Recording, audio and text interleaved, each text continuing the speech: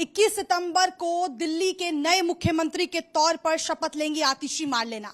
उनके साथ साथ कैबिनेट में इस बार एक ऐसे चेहरे को मौका दिया गया जो विधायक हैं और वो भी मंत्रिमंडल में शपथ लेंगे 21 तारीख को। और हमारे साथ मुकेश अहलावत जी मौजूद हैं जिन्हें मंत्रिमंडल में जगह मिली है। सुल्तानपुर माजरा से विधायक रहे हैं और कितनी खुशी है सर, क्योंकि तमाम ऐसे नाम हैं जो लिस्ट में सामने थे लेकिन आपके नाम पर मोहर लगी और मंत्रिमंडल में आपको शामिल किया गया। ऐसा मैं पहले तो अरविंद जी का बहुत बहुत धन्यवाद करता हूं जिन्होंने मुझे विश्वास किया। मैं कोशिश करूंगा उनके विश्वास पे खरा उतरने का पूरा प्रयास करूंगा। और वैसे कुछ खुशी भी है तो कुछ गम भी है क्योंकि केजरीवाल जी ने इस्तीफा दिया है और एक ऐसे ईमानदार आदमी ने इस्तीफा दिया जो हमेशा टॉप 5 मुख्यमंत्रियों के में लिस्ट में रहे हैं और अब बीजेपी ने उनको फंसाया एक तरीके से, कभी ईडी लगा के कभी सीबीआई लगा के, लेकिन उनको कोई साबित नहीं कर पाया।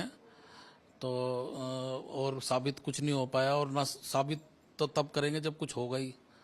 तो हम लोग अब केजरीवाल, अब ये जो चुनाव होगा केजरीवाल जी के लिए जाएंगे और लोगों से बातचीत करेंगे।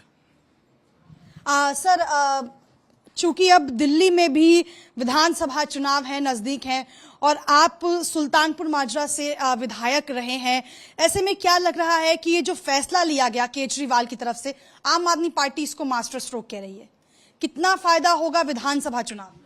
देखो क्या है कि तब भी हम जीत रहे थे, चाहे आज चुनाव करोगे तब भी हम जीत रहे हैं और चाहे 6 महीने बाद चुनाव होगा तब भी।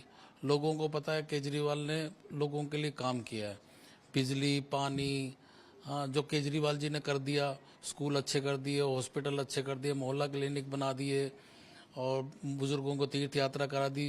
वो सुविधा पब्लिक को जो केजरीवाल जी ने दी है वो आज तक कभी कोई विधायक, मंत्री और क्या नाम है मुख्यमंत्री नहीं दे सकता। तो वो केजरीवाल जी ने करके दिखाया।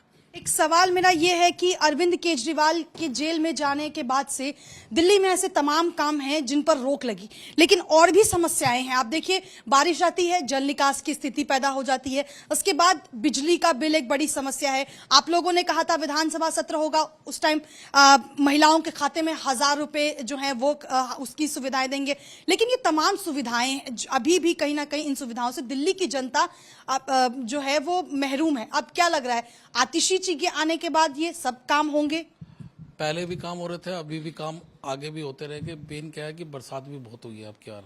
आप लगातार 1.5 महीना हो गया लगातार बरसात रेगुलर हुई है और गलियों में सारी जितनी भी गलियां सब में नालियां बंद है और सारा का सारा जो पानी बरसात का पानी होता है वो सारा जाता है सीवर पे।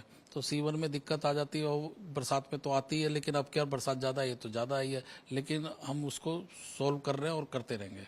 एक सवाल ये है कि जी, एक सवाल ये है कि आतिशी जी को मुख्यमंत्री बनाया गया, लेकिन बीजेपी ये आरोप लगा रही है कि सरकार तो अरविंद केजरीवाल ही चलाएंगे, सिर्फ पपेट मुख्यमंत्री हैं आतिशी। देखो उनके पास तो कोई मुद्दा है नहीं, उन्होंने काम तो करना है नहीं, तो वो उनके पास तो कोई भी कैसे भी बोले। लेकिन आतिशी जी अपने ऊपर टैलेंटेड हैं वो और एजुकेटेड हैं और ऑस्कर यूनिवर्सिटी से उन्होंने पोस्ट ग्रेजुएशन किया है, उनको काम करना आता है। मंत्री के तौर पे भी रही थी तो उन्होंने कई डिपार्टमेंट थे उनके अंडर में, तो उन्होंने बहुत अच्छे ढंग से सॉल्व किया था प्रॉब्लम को और अब मुख्यमंत्री होगी तो और अच्छे ढंग से करेंगे। एक आखिरी सवाल मेरा ये है, विधानसभा चुनाव नजदीक है, ऐसे में क्या लग रहा है, अरविंद केजरीवाल के चेहरे पे ही लड़ेंगे या फिर क्योंकि ज्यादा समय बचा नहीं है तो आतिशी भी एक चेहरा हो सकती है, या आप लोगों के लिए मुख्यमंत्री अरविंद केजरीवाल ही हैं?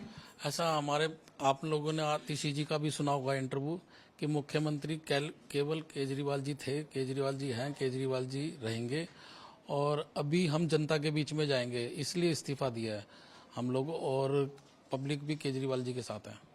तो 21 सितंबर को आतिशी बतौर मुख्यमंत्री के तौर पर शपथ लेंगी और उसी के साथ साथ एक नए नाम की घोषणा हुई जिसमें मुकेश अहलावत जी को मंत्री उसमें जगह दी गई। इसी को लेकर हमारे साथ बातचीत करने के लिए मौजूद थे मुकेश अहलावत जी। इन्होंने साफ कर दिया है कि विधानसभा चुनाव ज्यादा समय बचा नहीं है, ऐसे में अरविंद केजरीवाल ही उनके लिए मुख्यमंत्री चेहरा थे और वही मुख्यमंत्री रहेंगे। लेकिन अभी भी एक सवाल ये बना हुआ है कि दिल्ली में जो सुविधाएं अभी भी कहीं ना कहीं दिल्ली वासियों को नहीं मिल रही हैं, क्या एक नए मंत्रिमंडल के बनने के बाद और एक नए मुख्यमंत्री के बनने के बाद वो दिल्ली में सुविधाएं लोगों को मिलेंगी या नहीं। वीडियो जर्नलिस्ट विवेक शुक्ला के साथ शालिनी झा, लाइव टाइम्स, दिल्ली।